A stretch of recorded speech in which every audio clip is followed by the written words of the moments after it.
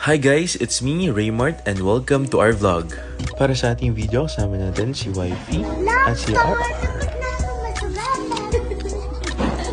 Ang bibo naming pamangkin. Ngayong araw, nag-aya nga siyang bumili ng pizza at milk tea. Kaya naman pumunta kami agad sa Santo Domingo, Mexico para bumili. Kaya naman habang hinintay namin yung order namin ng pizza at saka pizza warma, ay umupo muna kami. Nandito kami ngayon sa Tita Frida's kung saan tatry namin ang kanilang famous pizza warma.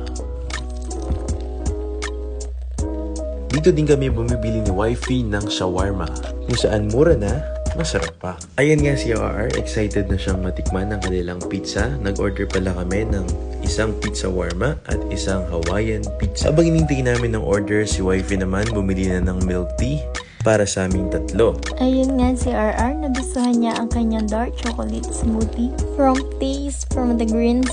At nagutom nga kami kaya kumain muna kami ng bulgogi rice bowl ng K-egg. Ayan nga, gutom na gutom si RR kaya naubos niya ang isang rice bowl. Pagka-uwi nga namin ay kinain namin ang aming pizza warma at pizza at kanya-kanya na ngang kuha ang mga person. Sa sobrang sarap nga ng pizza at pizza warma ay agad itong naubos.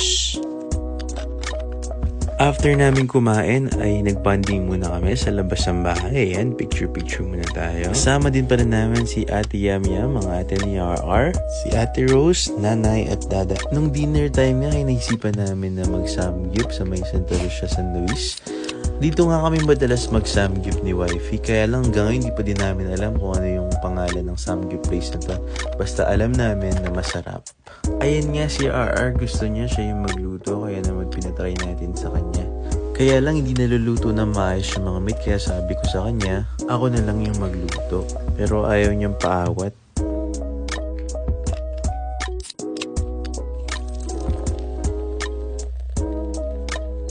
Pinapakita nga niya sa amin na magaling na siya mag-chopstick. Kaya galing.